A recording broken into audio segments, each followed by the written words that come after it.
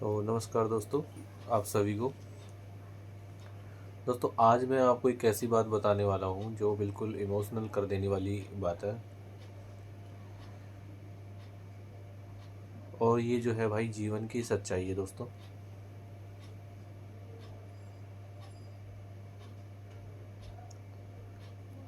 इंसान ऐसे देखने में तो आसपास अपने हज़ारों लोगों के बीच वो रहता है।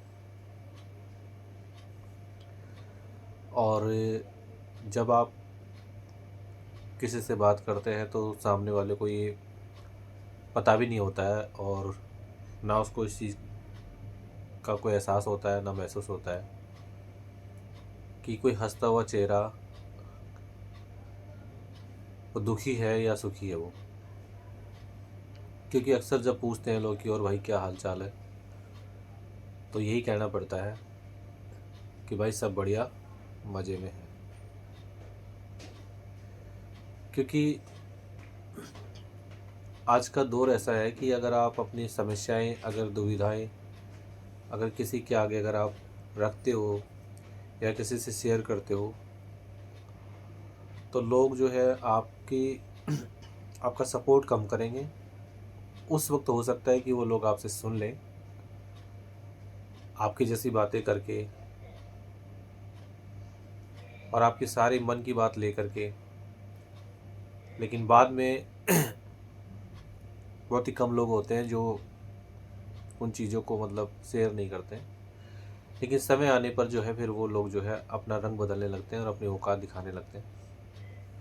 फिर आपसे जानकर आप ही का फिर मजाक बनाया जाता है कि यार वो इंसान कितना दुखी है।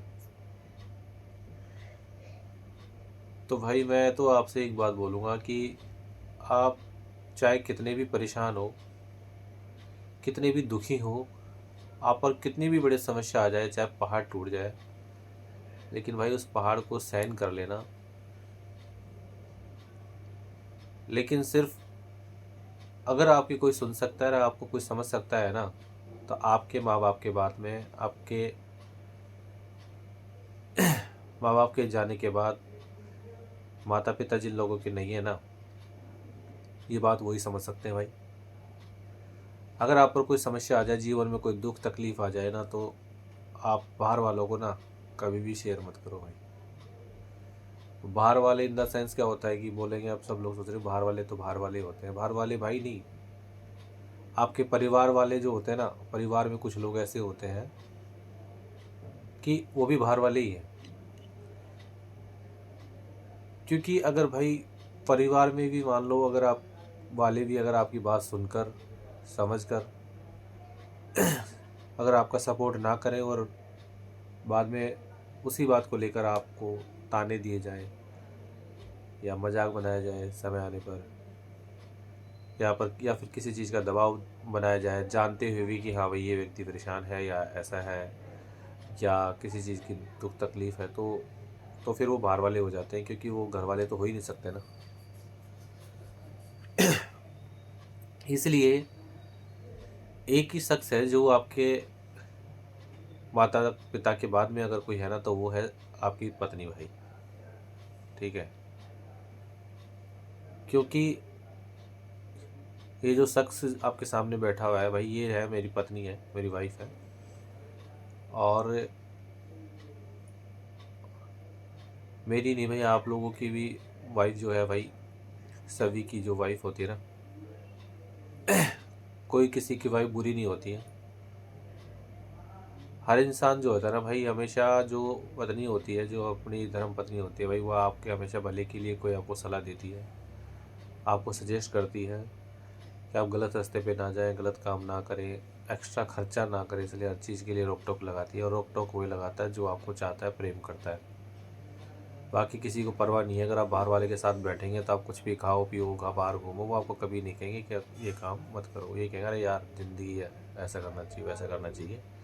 आपको बर्बादी के रास्ते पर लेके जाएंगे। लेकिन जो एक घर के अंदर जो चाहे हस्बैंड हो चाहे वाइफ हो, अगर एक दूसरे को रोक टोक करते हैं, तो इसका मतलब ये है कि भाई आप दोनों में जो है प्रेम बना हुआ है। अगर दोनों में से अगर कोई भी एक व्यक्ति अगर मान लो रोक टोक करना अगर बंद कर देता है, तो आप उस दिन समझ लेना कि जो है आपके बीच का जो प्यार प्रेम है ना भाई, वो ख़त्म हो चुका है। इसलिए कभी भी हमें जो है कोई अगर दुख तकलीफ़ हो ना, तो हम एक दूसरे के साथ शेयर करनी चाहिए, बताना चाहिए, लेकिन उसको अपने मन में नहीं रखना चाहिए। और अपने जो है पति पत्नी के रिश्ते के बीच में जो भी बातें हो ना, वो सारी चीज़ें एक दूसरे को शेयर करनी चाहिए। उसको नहीं रखना, दबाना नहीं चाहिए उसको, ठीक है। क्योंकि यही वो शख्स है दोस्तों, आप बाहर जॉब करते हो, काम करते हो, कुछ भी करते हो, तो आपके ऊपर किसी भी तरह का जो प्रेशर होता है, किसी भी तरह की कोई टेंशन होती है, तो जब आप घर आते हो तो वो सारी चीज़ें, जो डिप्रेशन, जो टेंशन आपकी, आपका गुस्सा, वो कौन सहन करता है? आपका बॉस तो करता नहीं है, वो तो करेगा नहीं। वो सारी चीज़ें जो है आप आकर के अपनी वाइफ पर कभी कभी वो चीज़ें निकाल देते हो। तो यही वो शख्स है जो आपकी इन सारी समस्याओं को जो झेलता है, और फिर भी आपके पास रहता है, आपके घर में रहता है, और घर छोड़कर ही नहीं जाता है। तो भाई इस इंसान की जो है ना कदर करनी चाहिए। हम लोगों में भी काफ़ी बातें होती थी, लेकिन जैसे जैसे भाई समय बीतता गया ना, तो हम दोनों के अंदर जो प्यार प्रेम जो है ना, प्रेम का धागा और जुड़ता चला गया, और गहराइयाँ और बढ़ती चली गई हैं। क्योंकि जब आपकी उम्र होती है ना, जब आपकी शादी होती है, जब आप जवानी के उस पीक पे होते हैं कि आपको कुछ नज़र नहीं आता है, आप अपनी जवानी में इतने चूर होते हैं, इतने मगरूर होते हैं, आपको लगता है कि इसके जैसी पता नहीं कितनी आ जाएंगी।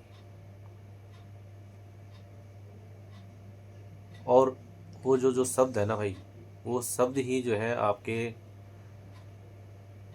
रिश्ते में जो है तनाव पैदा करता है।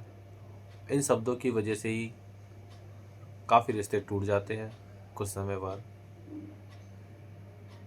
तो शब्दों की मर्यादा भी इंसान को रखना बहुत ज़रूरी है। अगर हम लोग शब्दों की मर्यादा नहीं रखेंगे तो रिश्ते तार तार हो जाएंगे। कुछ समय बाद आपके माता पिता बूढ़े हो जाएंगे और वो दुनिया से चले जाएंगे। आपको कोई देख रेख करने वाला नहीं होगा। इंसान जो है ज़्यादा फड़फड़ाता है, वही फड़फड़ाता है, वही उड़ता है हवा में जिसके माता पिता जिंदा होते, जीवित होते उसके सामने, और जो माता पिता जो अपनी औलाद को हवा देते हैं। समझदार और संस्कार देने वाले माता पिता अपने बच्चों को कभी हवा में नहीं उड़ने देते हैं, समय समय पर उनको ज्ञान देते हैं, गलत मार्ग में जाते तो रोकते हैं, टोकते हैं, समझाते हैं। क्योंकि ये बात दोस्तों मैं इसलिए बता रहा हूँ क्योंकि अब मेरी माँ इस दुनिया में नहीं रही है। 4 से 5 महीने माँ को एक्सपायर हुए हो गए हैं। तो भाई हमारी माँ ने हमें बहुत शिक्षा दी, बहुत संस्कार दिए, इसलिए रिश्ता हमारा चल रहा है। क्योंकि काफ़ी बातें हमारे बीच भी ऐसी हुई कि जिससे ऐसा लगता था कि आज रिश्ता टूट जाएगा, ऐसा हो जाएगा, लेकिन जैसे जैसे समय बीतता गया, जैसे जैसे उम्र बीतती गई, तो इस चीज़ का एहसास हुआ कि नहीं यार, ये रिश्ता सही है। क्योंकि देखो भगवान जो करता है ना वो अच्छा ही करता है, और हमें जो है ना, हम नासमझ होते हैं तो हमें भगवान के कामों के अंदर ना कमी नज़र आती है। और इसलिए नज़र आती है क्योंकि हम अपने मुताबिक वो चीज़ें हमें मिलती ही नहीं है। लेकिन भाई जो परमात्मा है ना, जो मालिक है, जिसने भी वो जो जिसने ये रिश्ता बना के भेजा है, जिसने ये जीवन साथी एक दूसरे के साथ में जो जोड़ा बना के भेजता है ना भाई, बहुत समझ के भेजते हैं। आपके कर्मों के हिसाब से ये जीवन साथी मिलते हैं आपको। आपका कोई कर्म, आपका कोई संबंध रहा होगा, इसलिए आपको ये जीवन साथी आपको वही मिलता है। आप लाख कोशिश कर लो, बहुत कोशिश कर लो, लेकिन आपको वो आप जैसा चाहेंगे वैसा नहीं होता है। जीवन जीवन के अंदर जो है जीवन साथी आपका जो हाथ पकड़े बैठा होगा, जो आपके नसीब होगा वही मिलेगा। चाहे वो अरेंज मैरिज हो, लव मैरिज हो, कोर्ट मैरिज हो, कैसी भी हो। इसलिए हमें 2-3 बातों का भाई हमें जीवन में हमेशा ध्यान रखना चाहिए। एक तो जब भी हम किसी से बात करें तो भाई शब्दों की मर्यादा, ज़रूर रखें। अगर शब्दों की मर्यादा नहीं होगी तो रिश्ते तार-तार हो जाएँगे।